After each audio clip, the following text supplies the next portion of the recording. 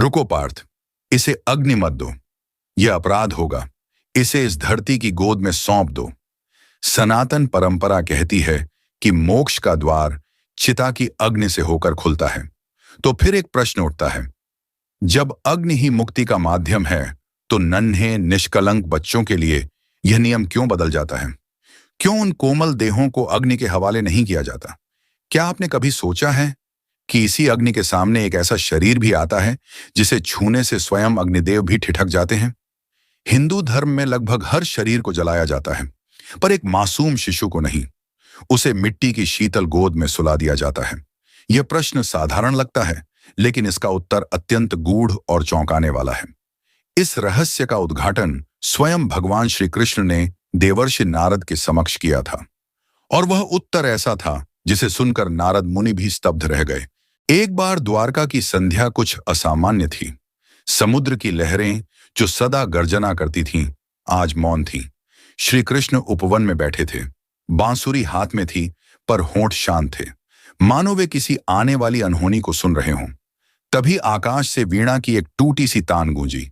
नारद मुनि प्रकट हुए, पर आज उनके मुख पर न उल्लास था, न जिज्ञासा। उनकी आंखों में एक ऐसा प्रश्न था जो उन्हें भीतर से कचोट रहा था। कृष्ण बिना देखे ही बोले, देवर्षि, आज आपकी वीणा मौन क्यों रो रही है? आप समाधान नहीं, एक भारी शंका लेकर आए हैं। नारद चरणों में बैठ गए, कंपित स्वर में बोले, प्रभु, आज मृत्यु लोक में मैंने दो अंत देखे। एक वृद्ध का जिसे अग्नि ने मुक्त किया, और दूसरा एक 3 वर्ष के बालक का जिसे अग्नि से वंचित कर मिट्टी में सुला दिया गया। नारद का स्वर टूट गया। केशव, क्या उस बच्चे को मुक्ति नहीं चाहिए थी? क्या अग्नि उस पर दया नहीं करती? कृष्ण मुस्कुराए, पर उस मुस्कान में करुणा का अथाह सागर था। देवर्षि, जिसे तुम अन्याय समझ रहे हो, वह सृष्टि का सूक्ष्मतम विज्ञान है। अग्नि अशुद्ध को जलाती है, पर निर्दोषता के सामने वह भी असहाय हो जाती है। नारद चौंके, क्या मासूमियत अग्नि से भी अधिक शक्तिशाली है? कृष्ण बोले, हाँ, और इसका प्रमाण एक प्राचीन घटना में छिपा है। फिर कृष्ण ने इलाशी उग्रतपा और उनके पुत्र चैतन्य की कथा सुनाई, जिसकी चिता कभी जली ही नहीं। घोर तपस्वी उग्रतपा, जिनका अहंकार तप के साथ बढ़ गया था, उन्हें एक पुत्र मिला, अत्यंत कोमल, अत्यंत पवित्र। पर जब वह बालक अल्पायु में शरीर त्याग गया, तो आर्षि ने उसे अग्नि सौंपने का निश्चय किया। चिता सजी, घी डाला गया, मंत्र उच्चारित हुए, पर जैसे ही अग्नि शिशु के पास पहुंची, वह शांत हो गई।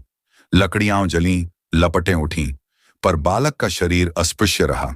अंततः स्वयं अग्निदेव प्रकट हुए। उन्होंने कहा, मैं पाप जलाता हूं, निर्दोषता नहीं। यह बालक कर्मों से अछूता है। इसे जलाना ब्रह्महत्या के समान होगा। इसे धरती की गोद में दो। जैसे बीज को मिट्टी में बोया जाता है, राख में नहीं झोंका जाता। उग्र तपा का अहंकार आंसुओं में पिघल गया। उन्होंने चिता बुझाई और अपने पुत्र को धरती की शरण में सुला दिया। कथा समाप्त कर कृष्ण बोले, इसीलिए सनातन धर्म में 2 को अग्नि नहीं दी जाती, एक सन्यासी और दूसरा अबोध शिशु। एक का मैं मर चुका होता है और दूसरे का मैं अभी जन्मा ही नहीं होता। अग्नि अहंकार को जलाती है, निर्दोषता को नहीं। तो याद रखिए, जब कोई नन्हा फूल धरती की गोद में सुलाया जाए, तो समझिए वह मिटा नहीं है, वह फिर से खिलने की तैयारी में है।